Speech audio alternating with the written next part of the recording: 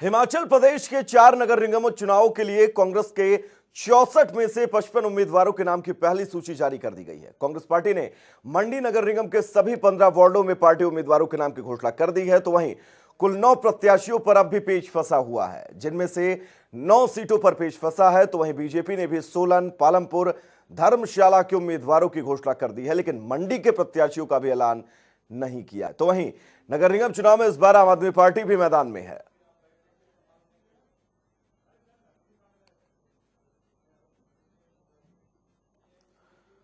तो ये दो लिस्ट, पहली लिस्ट बीजेपी की, दूसरी लिस्ट कांग्रेस की। तो नगर निगम चुनाव के लिए दोनों पार्टियों ने अपनी लिस्ट जारी कर दी है। बीजेपी की लिस्ट में किन प्रत्याशियों के नाम हैं, कांग्रेस की लिस्ट में किन प्रत्याशियों के नाम हैं, ये आपकी टीवी स्क्रीन पर दो तस्वीरों के जरिए हम आपको दिखा रहे हैं। 6 नगर पंचायत में चुनाव होना है, पंचायत प्रधान के पदों के भी चुनाव होने हैं और इसको लेकर तैयारियां पूरी हैं। और इस बार चुनाव में खास ये कि आम आदमी पार्टी भी निगम के चुनाव लड़ेगी प्रदेश के अंदर। तो भारतीय जनता पार्टी हिमाचल प्रदेश की पहली लिस्ट, दूसरी कांग्रेस की लिस्ट आपकी टीवी स्क्रीन पर।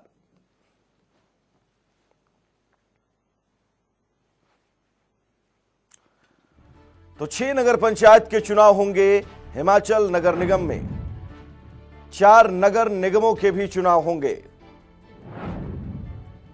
पंचायत प्रधान के पदों के भी चुनाव होंगे। कुल 64 वार्डों पर मतदान होगा। 7 अप्रैल को वोटिंग की तारीख रखी गई है। सुबह 8 बजे से शाम 4 बजे तक वोटिंग का वक्त रखा गया है। तो चलिए सीधा अपने सहयोगी विकास के पास चलेंगे तमाम जरूरी अपडेट्स के साथ। विकास, निगम चुनाव को लेकर प्रदेश तैयार है, मैं चाहूंगा आप बताएं क्या कुछ तैयारियां हैं। बिल्कुल, और तैयारी पूरी है। बल्कि अगर बात करें अगर चुनाव आयोग की, तो अब ट्रेनिंग जो है वो भी दी जा रही है। यानी प्रशिक्षण जो है वो ईवीएम किस तरह से चलाना है, ईवीएम को कैसे प्लेस करना है तमाम गणना केंद्रों पर, और इसके लिए तैयारियां जो है वो पूरी कर ली गई हैं। प्रशिक्षण जो है वो भी आज शुरू हो जाएगा। इसी बीच 22 से 24 तारीख तक अब प्रत्याशियों को अपना नामांकन पत्र भरना होगा, और ऐसे में 7 अप्रैल को जो है वो नगर निगमों की जो मतगणना होगी, 7 तारीख को जो है गणना भी होगी और पोलिंग भी होगी। यानी कि ठीक पोलिंग के बाद, जब जैसे ही मतदान जो है वो खत्म होगा, उसके बाद ही मतगणना जो है उसका काम यहाँ पर शुरू हो जाएगा। ऐसे में दोनों ही बड़ी पार्टी बीजेपी और जो कांग्रेस पार्टी है, देर शाम अगर बात करें तो कांग्रेस पार्टी ने जो है अपने कुछ प्रत्याशियों की लिस्ट जो है यहाँ जारी कर दी थी। लेकिन इसके बाद अगर बीजेपी की बात करें, क्योंकि बीजेपी का मंथन बहुत लंबा था। अगर हम देखें तो 2 दिन पहले ही चुनाव की बैठक हुई थी, जिसमें प्रदेश के जो पदाधिकारी थे वो मौजूद थे। खासतौर पर जो मुख्यमंत्री हैं प्रेम कुमार धूमल, वो शिमला पहुंचे थे। पीटर हाउस में ये बैठक हुई थी, और इसमें जो प्रदेश के प्रभारी हैं अविनाश राय खन्ना या फिर सह प्रभारी हैं संजय टंडन, वो मौजूद रहे।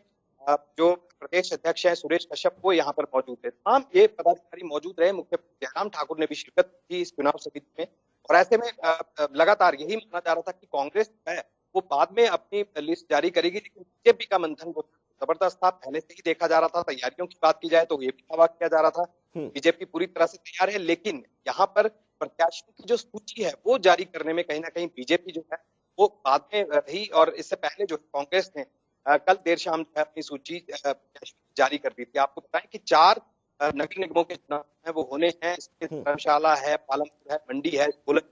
ऐसे में 4 नगर निगमों के जो चुनाव है इसकी घोषणा कर दी है। हालांकि कुछ जगहों पर जो है ये सूची जो है उसकी कहीं ना कहीं फंस रहा था कि प्रत्याशियों को कैसे टिकट किया जाना है, कैसे, क्योंकि ये पहली बार हो रहा है कि अगर बात करें विधानसभा में जिस तरह से कानून पारित किया गया और ये कहा गया कि चुनाव की पार्टी जिन पर अब ये चुनाव होने हैं। हमने देखा वैभव, पिछली बार अभी कुछ समय पहले ही जब पंचायती राज चुनाव हुए, निकायों के चुनाव हुए, तो पार्टी चुनाव जिन पर जो है ये चुनाव नहीं हुए।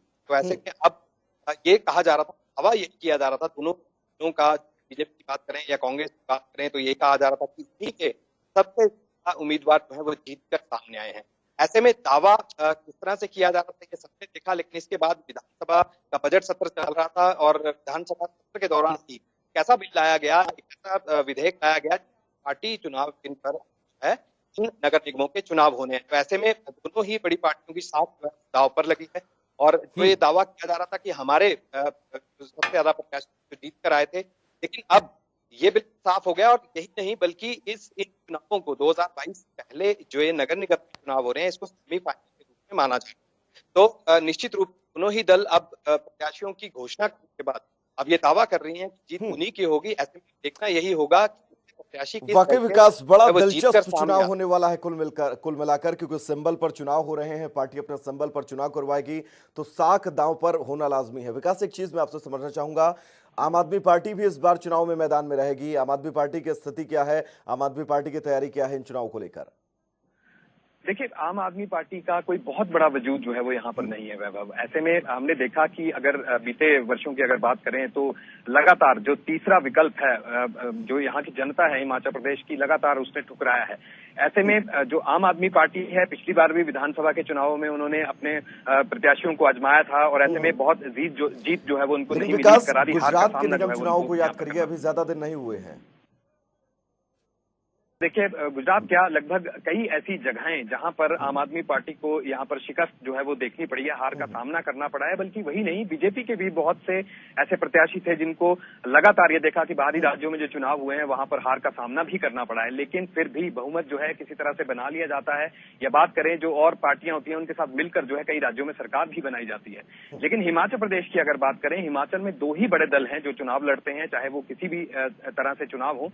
तो सभी सीटों पर जो उम्मीदवार उतारे जाते हैं वो बीजेपी और कांग्रेस के ही ज्यादातर देखे जाते हैं। ऐसे में जो आजाद उम्मीदवार हैं वो भी यहाँ पर चुनाव लड़ते हैं और जीत जो है उसका आंकड़ा काफी कम रहता है।